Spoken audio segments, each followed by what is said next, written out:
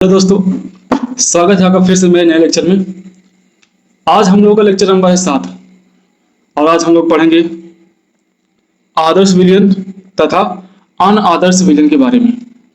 ठीक है, तो बताया कि राउल्ट ने बताया था कि उन्होंने जो विलयन था उसको मुख्य रूप से दो भागों में बांटा था। एक था आपका आदर्श विलयन, दूसरा था आपका अनादर्श विलयन। इन्हीं के बारे में आज हम चर्चा करेंगे, क्या चीजें होती है। ठीक है, तो इसमें सबसे पहला है आदर्श विलयन। ठीक है, आदर्श विलयन होता क्या है? जैसे मैं आपको एग्जांपल देता हूं कि मान लो कोई एक रिएक्शन हो रही है। ठीक है, कोई ए कंपाउंड है,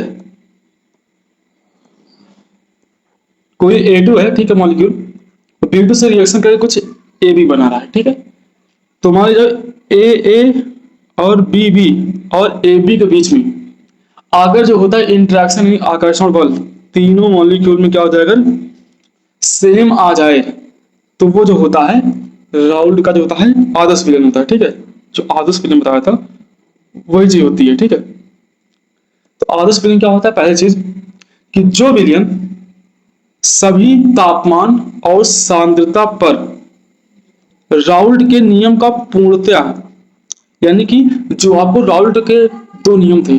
ठीक है, एक जब दोनों ऐसे घटक जब दोनों वाष्पशील होते थे, एक जब दोनों घटक अवाष्पशील होते, उसकी बात कर रहा है कि जो विलयन सभी तापमान और सांद्रता पर राउल्ट के नियम का पूर्णतया मतलब पूरी तरीके से क्या कहते हैं, पालन करते हैं, उन्हें आदर्श विलयन कहते हैं।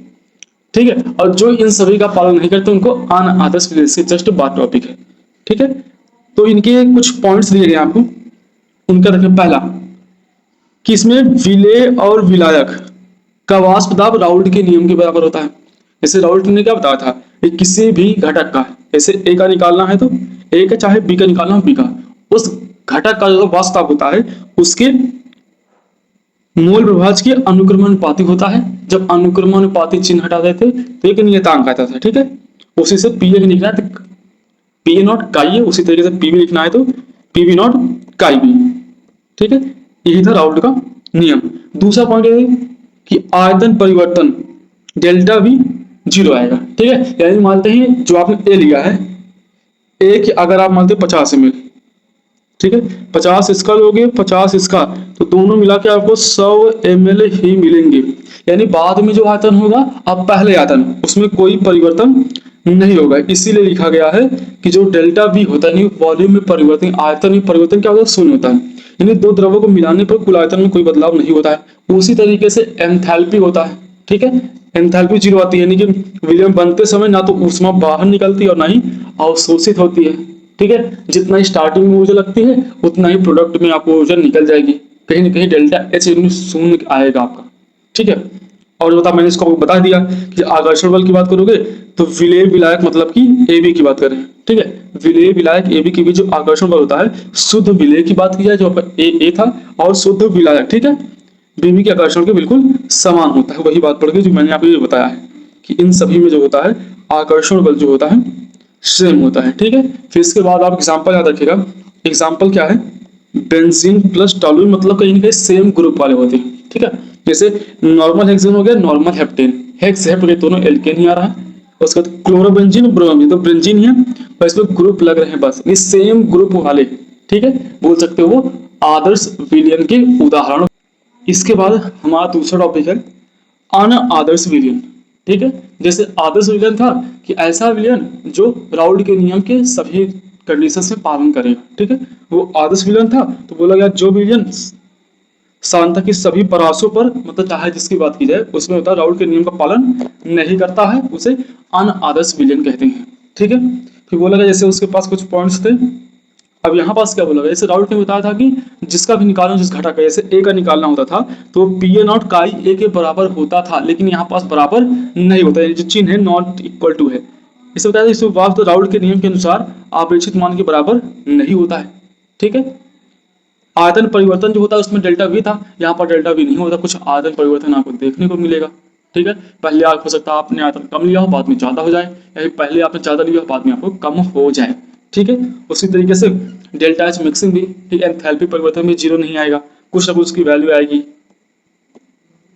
सेम उसी तरीके से इसमें क्या होता है कि ए बी के बीच आणविक आकर्षण बल के समान नहीं होता है, यानी कि समझ गए हो कि अगर आपको लिखना है जैसे ए और जो होता है बी बी, ये नहीं बराबर होंगे किसके, ए बी के, ठीक है। तो कहीं ना कहीं चीजें बराबर ना होकर के नॉट इक्वल टू होंगी। अब जो होता है आपका जो अनआदर्श विलयन होता है, ठीक है, वो दो प्रकार का होता है, ठीक है। एक जो होता है जो राउल्ट के नियम से धनात्मक विचलन प्रदर्शित करता है, ठीक है, उसको धनात्मक विचलन रखेंगे। एक उससे ऋणात्मक विचलन प्रदर्शित करता है, ठीक है। तो हम जान लेते हैं धनात्मक विचलन क्या होता है और आपका ऋणात्मक विचलन क्या होता है। तो अनादर्श विलयन के प्रकार की बात कर रहा हूं मैं। तो बताया गया कितने प्रकार के होते हैं, दो प्रकार के, ठीक है। पहला कौन सा है आपका है धनात्मक विचलन, ठीक है। तो धनात्मक विचलन क्या होता है कि इसमें विलयन का वाष्प दाब राउल्ट के नियम से अधिक आता है, यानी कि यहां पर जैसे राउल्ट ने क्या बताया कि ए का निकालना है पी ए बराबर पी ए नॉट काई ए राउल्ट के हिसाब से, लेकिन अब यहां पास क्या होगा इक्वल टू ना होकर के तो उसका वाष्प दाब आएगा वो ज्यादा है किससे, जो पी ए नॉट काई ए की वैल्यू आ रही होगी, जिस घटक का निकालना है आपको बोला गया है इसमें विलयन का वाष्प दाब राउल्ट के नियम से अधिक होता है। यानी जो आप ए और बी होंगे, ठीक है, जितना राउल्ट के नियम से आना चाहिए था उससे आपको अधिक वैल्यू देखने को मिलेगी। इसके लिए बोला गया डेल्टा एच मिक्सिंग क्या होता है, पॉजिटिव होता है, ठीक है। डेल्टा वी क्या होता है, वॉल्यूम में परिवर्तन क्या होता है, धनात्मक होता है, यानी कि पहले आयतन कम रहेगा बाद में ज्यादा। उसी तरीके से पहले एंथैल्पी कम रहेगी बाद में थोड़ा सा ज्यादा हो जाएगी। अब ऐसे उदाहरण की बात किया गया है, आपको याद रखना ये वाला example, ethanol plus acetone, carbon disulphide plus acetone. जो एथेनॉल है और कार्बन डाइसल्फाइड है इनको याद रखिएगा C2H5 OH और आपका कार्बन डाइसल्फाइड इसके साथ क्या है एसीटोन। इसमें होता क्या है अगर जाना चाहो डिटेल में तो इनमें होता है, इससे पहले क्या होता है इनमें आकर्षण बल क्या रहेगा, ठीक है। पहले इनमें आकर्षण बल जैसे इनमें क्या होता है कि ए और बी के बीच में क्या होता है आकर्षण बल जो होता है ज्यादा होता है ए बी से, ठीक है। इन दोनों में जो आकर्षण बल होता है ये ज्यादा होता है ए बी से। इसके पहले जो आपका आदर्श विलयन था उसमें ये दोनों बराबर होते थे, लेकिन यहाँ पर से एथेनॉल है ये क्या करेगा पहले से जल के मॉलिक्यूल से हाइड्रोजन बॉन्डिंग किया रहेगा, ठीक है। इनमें पहले आकर्षण बल ज्यादा होगा, लेकिन जब ये एसीटोन से मिलेगा तो इनका हाइड्रोजन बॉन्ड टूट जाएगा, इसलिए इनमें आकर्षण क्या हो जाएगा थोड़ा सा कम हो जाएगा। जब आकर्षण कम हो जाता है यानी क्या जब उनके आकर्षण ज्यादा होगा तो पास पास होंगे, जब आकर्षण कम होगा तो ज्यादा दूर दूर होंगे, यानी जब ज्यादा दूर दूर होंगे तो उनकी वाष्पें ज्यादा बनेंगी, ठीक है। जब वाष्पें ज्यादा बनेंगी तब जो होता है उनके वाष्प दाब भी ज्यादा होंगे, इसीलिए लिखा गया था यहाँ पास कि इनमें जो विलयन का वाष्प दाब जो होता है राउल्ट के नियम से क्या आता है अधिक आता है। ऋणात्मक विचलन, इसके पहले हमने धनात्मक विचलन पढ़ लिया, उसमें क्या होता था कि जो विलयन का वाष्प दाब था वो ज्यादा आता था, यहाँ ऋणात्मक मतलब माइनस होता है, माइनस से मतलब कम से संबंधित है, ठीक है। तो यहाँ पास क्या आता है जो विलयन का वाष्प दाब जो होता है राउल्ट के नियम के हिसाब से क्या आएगा कम आएगा। अब यहाँ पर जैसे पिछली बार धनात्मक में डेल्टा एच मिक्सिंग धनात्मक, यहाँ पर ऋणात्मक डेल्टा बी मिक्सिंग ऋणात्मक, ठीक है।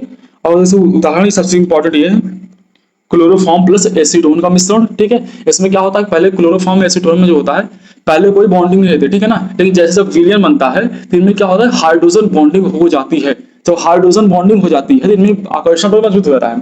जब बल ज्यादा रहेगा तो क्या होगा जब वाष्पें कम बनेंगी, वाष्पें कम बनेंगी तो वाष्प दाब भी क्या होता है घट जाता है, यही रीजन है वाष्प दाब कम होने का। और जल और नाइट्रिक मिक्सर ही नाइट्रिक अम्ल सेम यही प्रक्रिया होती है, बाद में हाइड्रोजन बॉन्डिंग देखने को मिलती है, ठीक है। क्योंकि आपको धनात्मक ऋणात्मक आदर्श और अनादर्श विलयन में कुछ अंतर देख लेते हैं, ठीक है, जो आपके काम की चीजें हैं। पहले से राउल्ट के नियम को, राउल्ट के नियम की बात करोगे तो आदर्श विलयन पूरी रूप से पालन करता है, यानी इसके हिसाब से पी ए बराबर P A plus P B आएगा, मतलब जो दोनों घटक होंगे उनके दाब के योग के बराबर आएगा। लेकिन ये भैया कहता है आदर्श विलयन जो होता है इनकी बात बिल्कुल नहीं मानता है। दूसरी बात कीजिए आयतन परिवर्तन, अब यहाँ पास था तो आदर्श विलयन था तो आयतन परिवर्तन क्या था जीरो था, लेकिन ये बात की जाए जीरो के बराबर नहीं होता है। यहाँ देखा आपने कि उसमें परिवर्तन क्या था जीरो था और यहाँ पास उसमें परिवर्तन जीरो नहीं होता। उसी तरीके से अंतराणु बल की बात की जाए तो ए के बीच जो बल था ए बी के बीच में, ठीक है, और उनके बीच के बराबर था, मतलब ए बी का जो बल था वो ए या फिर बी के बीच की या फिर बराबर था, लेकिन यहाँ पास बराबर नहीं था। अब कम था ज्यादा था, वो एग्जाम्पल भी निर्भर करेगा कि वो धनात्मक विचलन प्रदर्शित कर रहा है या फिर ऋणात्मक विचलन प्रदर्शित कर रहा है। ठीक है, बाकी टॉपिक खत्म है। जहां पास आपको कोई दिक्कत आई हो कमेंट जरूर करिएगा, मैं रिप्लाई सबको देता हूँ। कहीं पास कोई बात ना समझ में आई हो तो कमेंट करिएगा जरूर। बाकी ऐसे ही सपोर्ट बनाए रखिए। धन्यवाद, मिलते हैं नए लेक्चर में।